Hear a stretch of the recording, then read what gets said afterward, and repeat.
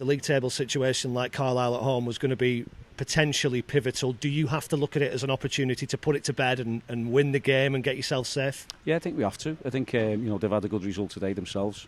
So, they become a little bit of a spring in the step. We've had a great result ourselves today away at Salford. Beating Salford, playoff contenders. So we know what we've got to do now in Carlisle and what they've got to do. These games that have got really big implications, what is it like preparing for them? How do you keep things on an even keel and keep the players away from some of those external forces? Well, you have to. So, that's my job, manager Brannan's job. Lee Camp's coming in and helped us out as well, and Carlo Nash. So it's our job to make sure that we're all on the even keel, as you say.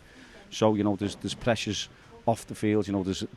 It's a day or two before the game, and you've got to sort of make sure the focus is back on reflecting on what you've done, moving on quick, and then preparing a plan for Carlisle. How important is it to be in charge of your own destiny? You've got a 6-point cushion. You know, if you win this game, if you win the remaining games, if you keep getting results, it doesn't really matter what anyone else does. No, but that's what we said, Dan, from the outset. So, when we've been in these positions where we've climbed and then we've dropped a bit and then we're back in the dogfight, and then you can only control what you can control, and that's the lads and keeping them on board, doing things right, being consistent in terms of your preparation and everything else, and then it's always over to the players then. So whatever team, whatever formation you go with, whatever individuals that you pick, they've got to stand up and perform and be counted. And today they've done that, and we've got to keep sort of with their messages going forward into Carlisle now. How encouraged have you been by your goal threat in the last couple of games? You obviously scored 3 goals against Tranmere, you've scored 2 goals against Salford, and created quite a lot of chances as well.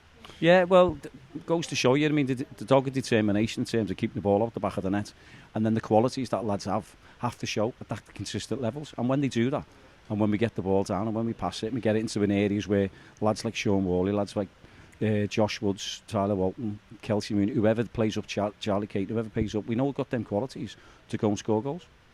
And I guess people from the outside looking in might just look at the league table and see a relegation battle, but the two sides taking a win into it, you're not going to be short of confidence either of you, are you? No, I just said that before a minute ago, didn't they? They've come off the back of a good win themselves, and so have we.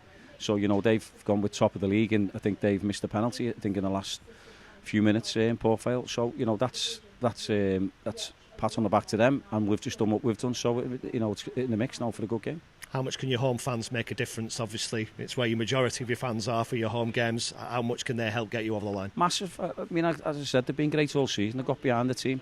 They were a little bit shell-shocked last week against Tranmere when you're 3-0 up, and you should see the game through. And we didn't for all the reasons that we know. But what a great response. I've got to ask them questions like, how are you going to pick them off the floor?